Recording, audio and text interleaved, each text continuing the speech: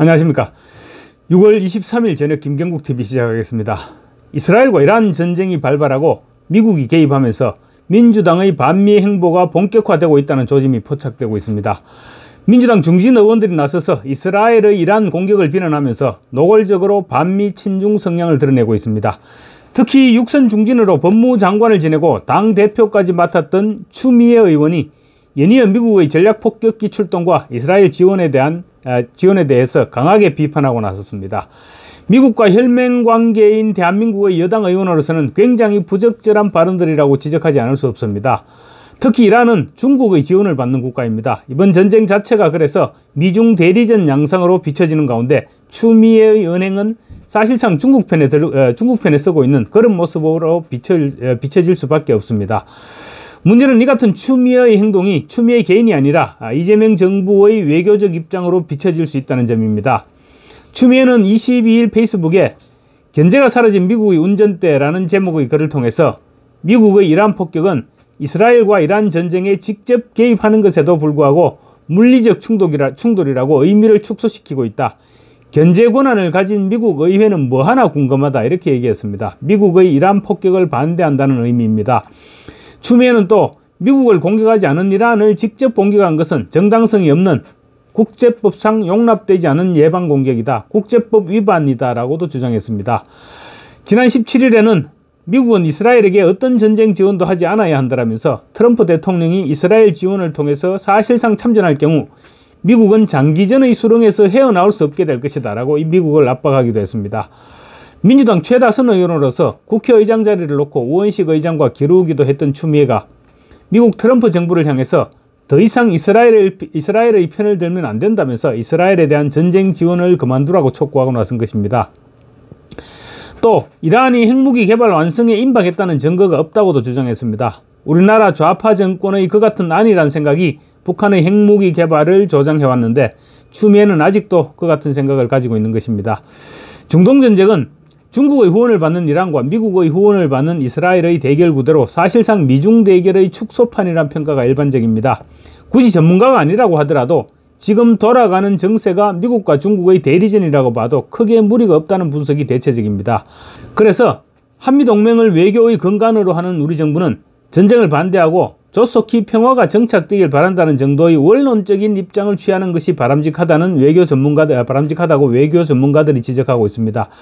그런데 우리 외교부는 지난 13일 최근 중동 정세 악화 관련 대변인 논평이라는 제목의 보도자료를 통해서 이스라엘의 이란에 대한 공격 등으로 중동 지역의 긴장이 급속히 고조되고 있다고 논평했습니다. 전쟁의 책임을 이스라엘에 떠넘기는 듯한 그런 뉘앙스를 풍긴다는 지적을 받을 수밖에 없는 그런 논평이었습니다. 트럼프는 캐나다 G7에서 영국, 일본 등 주요 국가 정상들과 회담을 가졌지만 이재명은 본척도 하지 않고 귀국해버린 것을 놓고 패싱당했다는 평가가 나왔는데 이스라엘 이란전에 대한 우리 정부의 이 같은 입장도 영향을 끼쳤던 것이 아니냐, 그런 분석도 없지 않았습니다. 추미애의 이 같은 은행은 개인적인 소신 발언을 넘어서 한국 정치에서 매우 우려스러운 이념적 방향성과 외교적 혼선을 드러내는 상징적 사례로도 분석되고 있습니다. 특히 추미애의 과거 발언들을 보면 중국몽을 언급했는가 하면 토지 소유권을 부정하는 등 중국 공산당과 유착해 있다는 의혹이 강하게 제기되고 있습니다. 펜앤더마이크가 밝힌 추미애의 과거 발언들은 충격 그 자체라고 할 수 있습니다. 추미애는 특히 중국 공산당과 시진핑을 찬양하고 토지에 대한 사유재산을 부정하는 발언을 일삼는 등 친중, 친공산주의 목소리를 내어왔습니다. 이 같은 성향을 감안할 때 이번에 민감한 국제정세에서 추미애의 미국에 대한 반발은 추미애 개인적인 생각을 넘어선 민주당의 공식 의견이 아니냐는 지적이 나올 수 있다는 우려도 상당한 것입니다. 추미애는 2017년 11월 30일부터 12월 3일까지 베이징에서 열린 중국 공산당 세계 전당대회에서 기조연설을 맡았습니다. 추미애는 당시 민주당 대표였습니다. 중국 공산당 대회는 시진핑 절대 권력을 세계 유력 정치인들 앞에 홍보하기 위한 세계 행사로 공산당 일당 체제의 효율성이 자유민주 체제보다 더 우월하다고 강조하기 위해서 마련하는 그런 행사였습니다. 그런 행사에서 추미애는 개막식 직전 시진핑을 만났고 또 12월 3일 2차 전체 회의에서 기조연설을 하는 등 최고의 귀빈 대우를 받았습니다. 그런 대우를 절대로 공짜로 해줄 수가 없을 것입니다. 당시 연설을 통해서 추미애는 중국몽에 대해서 언급하고 시진핑을 찬양하는 듯한 발언을 한 것으로 알려졌습니다. 펜앤마이크에 따르면 추미애는 당시 연설을 통해서 중국 공산당의 최고 지도자이자 신시대의 설계자인 시진핑 총서기께서 주창하신 두 개의 심령과 중국의 꿈이 세계 평화와 번영에 공헌할 것으로 기대하고 확신한다라면서 사실상 시진핑을 찬양하는 발언을 했던 것입니다. 경애하는 지도자 차원을 넘어서는 추앙하는 발언이라고 볼 수 있습니다. 이는 문재인이 중국만의 꿈만 아니라 아시아 모두 나아가서는 전 인류와 함께 꾸는 꿈이 되길 바란다. 한국도 작은 나라지만 책임있는 중견국가로서 그 꿈에 함께 할 것이라면서 중국몽을 찬양했던 것과 괴를 함께하는 것입니다. 2022년 대선에서 윤석열 대통령이 당선되지 않고 만약에 이재명이 당선돼서 좌파 정권이 10년간 이어졌더라면 대한민국은 벌써 중국의 속국이 되어 있을지도 모를 일입니다. 잠시 중단됐던 친중화 국가화를 이재명이 다시 추진해 나가고 있는 것이 아니냐는 우려를 금할 수 없게 하는 그런 흐름입니다. 추미애는 또 땅의 소유권을 국가가 갖는 중국식이 타당하다 이렇게 얘기해서 공산주의 논란에 불을 지피기도 했습니다.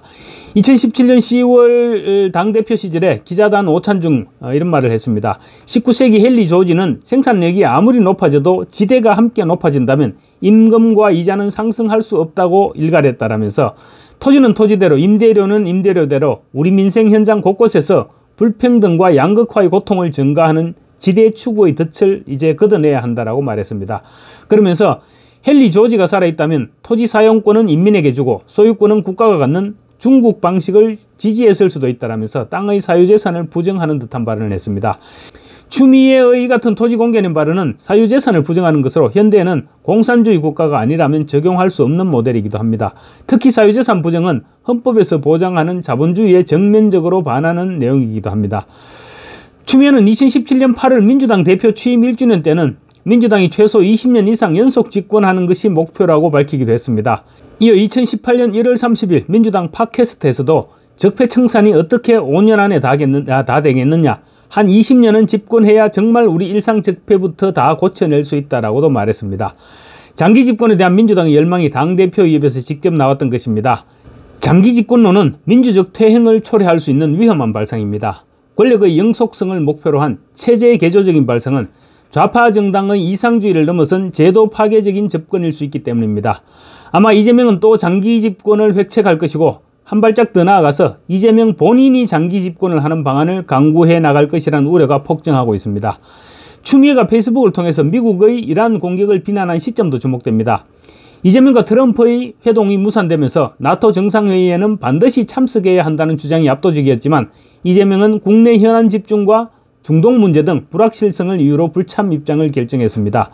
그런 타이밍에 추미애가 계속 이스라엘과 이란 전쟁에 미국의 관여를 비난하는 메시지를 올렸으니까 이재명 정부의 외교적 입장이 반미 친중으로 기울어졌다, 이런 우려의 목소리가 외국에서 들려올 수밖에 없는 그런 상황인 것입니다. 그러지 않아도 미국을 비롯한 서방 국가들은 이재명의 친중 성향을 지목하고 있었는데 나토 정상회의 불참과 추미애의 미국 비방이 맞물리면서 우리 외교의 비상등이 커지고 있습니다. 외교관 출신 국민의힘 김건 의원은 여당 의원이라면 외교 현안에 대해서 개인 의견을 앞세워서 정부 입장에 혼선을 주어서는 안 된다고 지적을 했습니다. 여당이 된 이상 상대국이 있는 민감한 외교 사안만큼은 정부와 메시지를 조율하라는 것입니다.